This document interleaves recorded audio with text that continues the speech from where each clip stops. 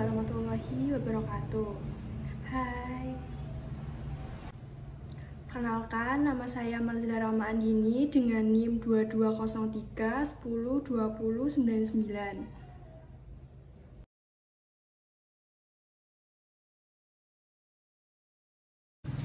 Statistik bisnis adalah cabang statistik yang fokus pada analisis data dan informasi berkaitan dengan aspek-aspek. Ini melibatkan pengumpulan pengolahan, interpretasi, dan presentasi data untuk menginformasikan pengambilan keputusan data. Fungsi-fungsi bisnis meliputi 1. Deskripsi data, 2. Peramalan, 3. Pengambilan keputusan, 4. Pengendalian kualitas, 5. Analisis pasar, yang ke-6 evaluasi kerja bisnis.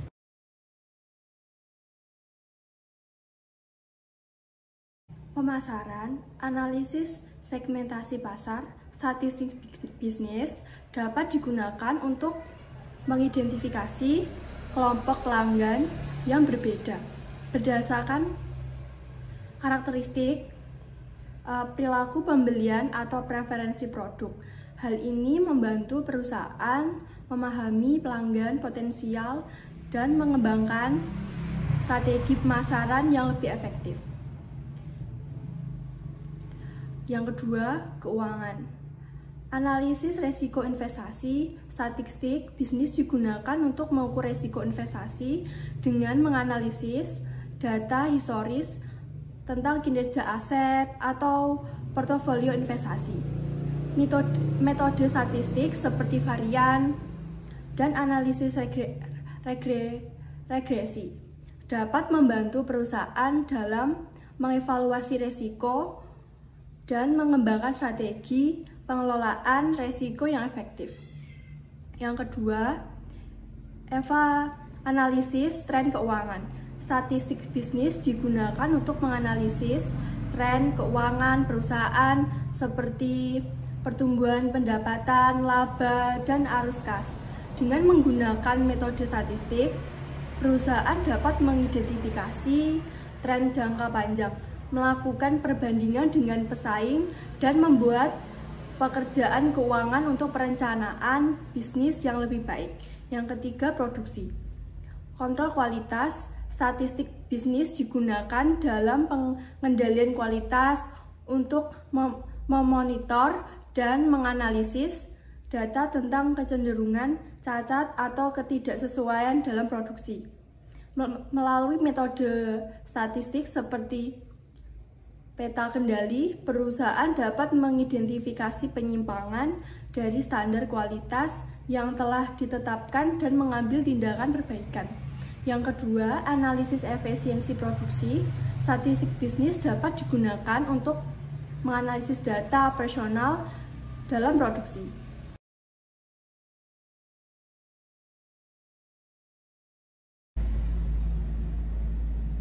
Statistik deskriptif. 1. A. Mean atau rata-rata, B. Median atau nilai tengah, C. Standar deviasi, D. Grafik histogram. Yang kedua, statistik inferensial, A. Confidence interval atau interval kepercayaan, B. Uji hipotesis, C. Regresi dan analisis regresi.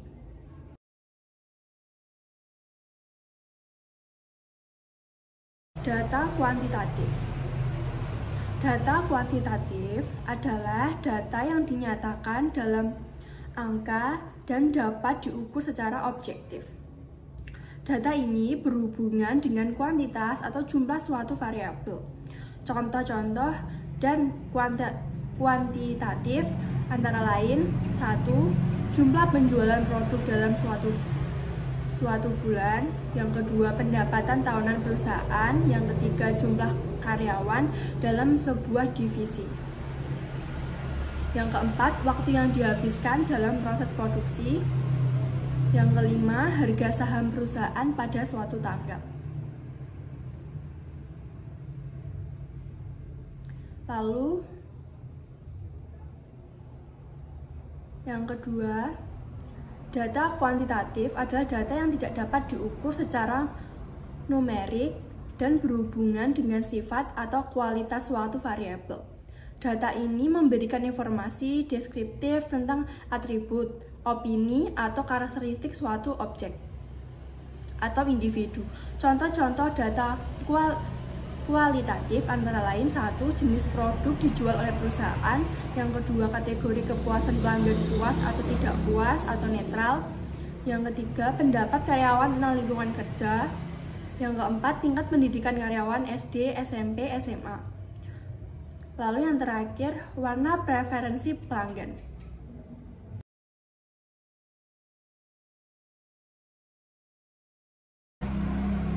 Data primer merujuk pada data yang dikumpulkan langsung oleh peneliti atau organisasi untuk tujuan penelitian atau analisis bisnis tertentu. Data ini dihasilkan melalui survei, wawancara, observasi, eksperimen, dan pengumpulan langsung lainnya. Berikut ini adalah contoh-contoh data primer. A. Survei pelanggan. Suatu perusahaan dapat mengirim survei kepada pelanggan untuk memperoleh pendapat dan preferensi mereka terkait produk atau layanan yang ditawarkan. Yang B. Pengamatan langsung. Seorang peneliti dapat meneliti interaksi pelanggan di toko secara fisik atau melalui pengamatan online untuk memenuhi perilaku mereka. Yang C. Wawancara. Sebuah perusahaan dapat melakukan wawancara dengan karyawan untuk mendapatkan wawasan, kepuasan kerja, masalah yang dihadapi, atau ide-ide untuk perbaikan. Yang D. Eksperimen. Dalam pengaturan eksperimen, data primer dikumpulkan dengan menguji hipotesis tertentu dan mengamati hasilnya. Misalnya, sebuah perusahaan dapat meluncurkan 2 varian iklan dan mengumpulkan data tentang kinerjanya. Yang kedua, data sekunder. Data sekunder merujuk pada data yang sudah ada dan dikumpulkan oleh pihak lain atau lembaga sebelumnya untuk tujuan yang tidak terkait langsung dengan penelitian atau analisis tertentu. Data ini dikumpulkan oleh sumber seperti badan pemerintah, lembaga riset, publikasi akademik, atau sumber lainnya. Berikut ini adalah contoh-contoh data sekunder. A. Data pemerintah. Data ekonomi nasional seperti data PDB, tingkat pengangguran, atau inflasi yang diterbitkan oleh lembaga statistik pemerintah. B. Publik akademik. Jurnal, artikel, atau buku yang berisi penelitian sebelumnya oleh akademis yang mencakup data dan analisis relevan dengan studi yang sedang dilakukan. Yang terakhir, laporan industri. Organisasi industri atau lembaga riset dapat menghasilkan laporan tentang tren, statistik, dan perkiraan dalam industri tertentu, seperti laporan pasar atau laporan keuangan perusahaan. 1. Nominal. Pada tingkat nominal, data diberi label atau kategori tanpa adanya urutan atau peningkatan tertentu. Data nominal hanya membedakan objek atau individu yang berbeda. Contoh-contoh variabel nominal dalam statistika bisnis adalah jenis kelamin, misalnya pria atau wanita. Status perkawinan, misalnya sudah menikah atau belum menikah. Atau warna produk, misalnya merah, biru, atau hijau. Yang kedua, ordinal. Tingkat ordinal mengatur data dalam urutan atau peringkat yang dapat dibandingkan. Perbedaan antara nilai ordinal tidak dapat diukur dengan pasti. Tetapi kita dapat mengetahui bahwa suatu nilai lebih besar atau lebih kecil daripada yang lain. Contoh variabel ordinal.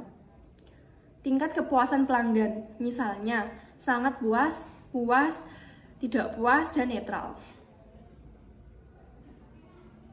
Atau peringkat jabatan, misalnya direktur, manajer, dan karyawan. Yang ketiga, interval. Pada tingkat interval, data memiliki sifat urutan dan memiliki perbedaan antara nilai yang dapat diukur secara numerik. Skala interval tidak memiliki titik nol yang mutlak, sehingga perbandingan rasio tidak dapat dilakukan. Contoh variabel interval adalah suhu dalam skala Celsius atau Fahrenheit dapat dalam pengukuran suhu. Perbedaan antara 10 derajat Celcius dengan 20 derajat Celcius sama dengan perbedaan antara 20 derajat Celcius dan 30 derajat Celcius, tetapi perbandingan rasio seperti 20 derajat Celcius 2 kali lebih puas daripada 10 derajat Celcius tidak bisa dinyatakan secara valid dalam skala interval. Yang keempat, rasio. Tingkatan rasio memiliki sifat urutan, perbedaan yang dapat diukur, dan memiliki titik nol yang mutlak. Data pada tingkat rasio memungkinkan perbandingan rasio yang valid. Contoh variabel rasio dalam statistika bisnis adalah pendapatan tahunan seseorang, jumlah stok barang di gudang, atau jumlah waktu yang dibutuhkan untuk menyelesaikan suatu tugas dalam skala rasio. Kita dapat menyatakan perbandingan rasio yang beku seperti pendapatan A 2 kali lebih besar dari pendapatan B.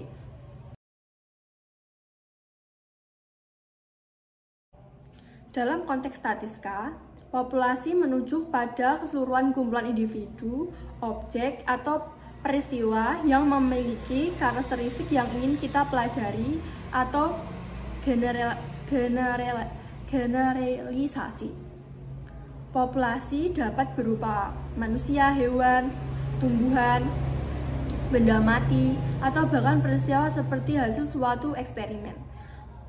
Namun seringkali sulit atau tidak mungkin untuk mengumpulkan data dari seluruh populasi karena keterbatasan waktu, biaya, dan sumber daya lainnya.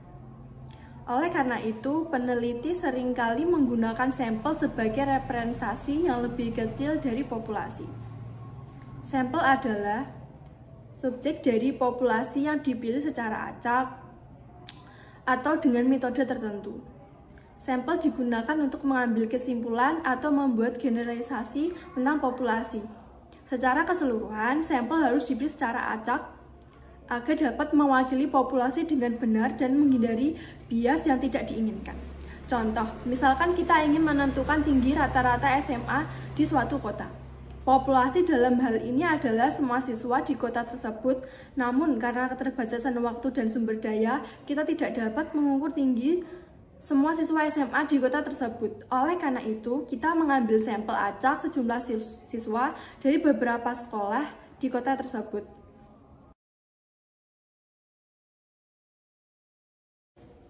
Wawancara.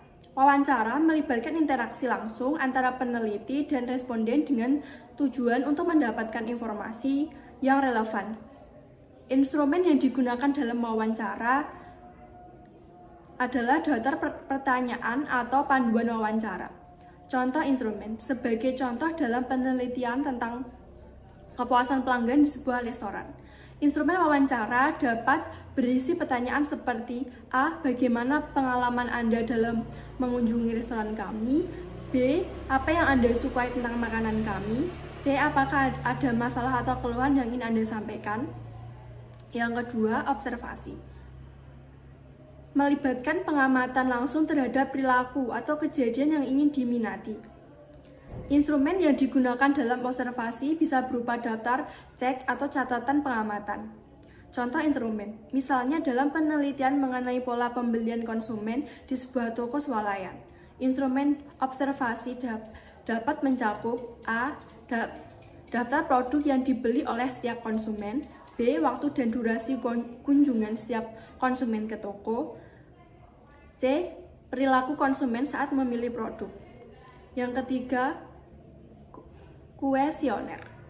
Metode pengumpulan data yang melibatkan pemberian pertanyaan kepada responden dan meminta mereka untuk memberikan jawaban tertulis. Instrumen yang digunakan dalam kuesioner adalah kumpulan pertanyaan yang disusun secara sistematis. Contoh instrumen. Dalam penelitian tentang kebiasaan belanja online, instrumen kuesioner dapat berisi pertanyaan seperti A. Seberapa sering Anda melakukan belanja online dalam sebulan? B. Apa alasan utama Anda melakukan belanja online? Yang terakhir, faktor apa yang paling penting bagi Anda saat memilih platform belanja online?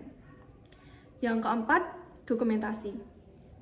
Teknik dokumentasi melibatkan pengumpulan data dari dokumen atau rekaman yang telah ada sebelumnya. Instrumen yang digunakan dalam dokumentasi adalah formulir, laporan atau catatan yang relevan dengan penelitian. Contoh instrumen. Dalam studi tentang kinerja keuangan perusahaan, instrumen dokumentasi dapat meliputi A. Laporan keuangan tahunan perusahaan, B. Catatan transaksi dan laporan penjualan, C. Laporan penelitian atau studi terkait sektor industri yang bersangkutan. Yang kelima, tes. Tes digunakan untuk mengukur pengetahuan, keterampilan, atau karakteristik tertentu dari responden. Instrumen yang digunakan dalam tes bisa berupa soal-soal atau perangkat pengukur lainnya. Contoh instrumen dalam penelitian tentang kinerja karyawan, instrumen tes dapat berupa A. Tes pengetahuan tentang tugas dan tanggung jawab pekerjaan, B. Tes keterampilan komunikasi atau kepemimpinan.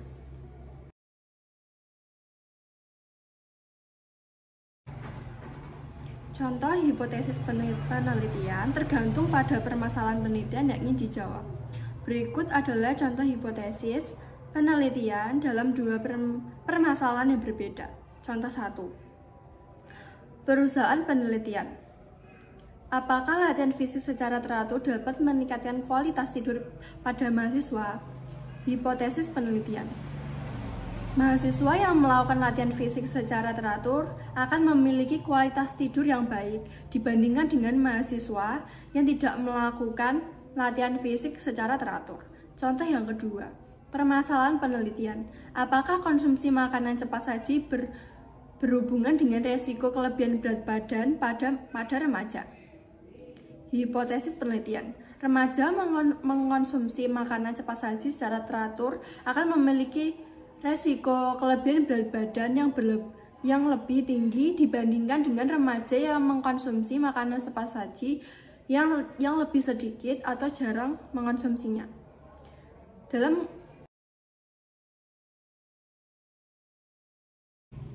1.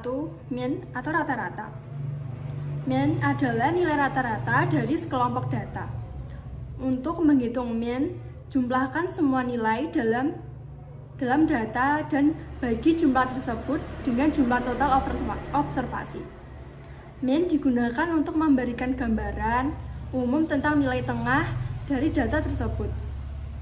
Dalam interpretasi bisnis, mean sering digunakan untuk menggambarkan kinerja keuangan seperti pendapatan rata-rata perusahaan, harga rata-rata dari suatu produk. Yang kedua, modus. Modus adalah nilai yang paling sering muncul dari sekelompok data. Dalam interpretasi bisnis, modus sering digunakan untuk mengidentifikasi nilai yang paling umum atau populasi target yang paling banyak terjadi. Misalnya, jika memiliki data tentang produk terlaris dalam suatu toko, modus akan memberikan informasi tentang produk yang paling sering dibeli oleh pelanggan. Kemudian yang terakhir, yaitu median. Median adalah nilai tengah dalam urutan data ketika data diurutkan dari yang terkecil hingga yang terbesar. Jika jumlah observasi ganjil, median adalah nilai di tengah urutan. Jika jumlah observasi genap, median adalah rata-rata dari dua nilai di tengah urutan.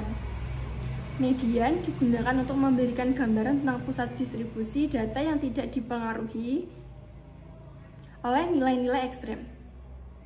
Dalam interpretasi bisnis, median sering digunakan untuk melihat gaji median karyawan atau harga median suatu produk.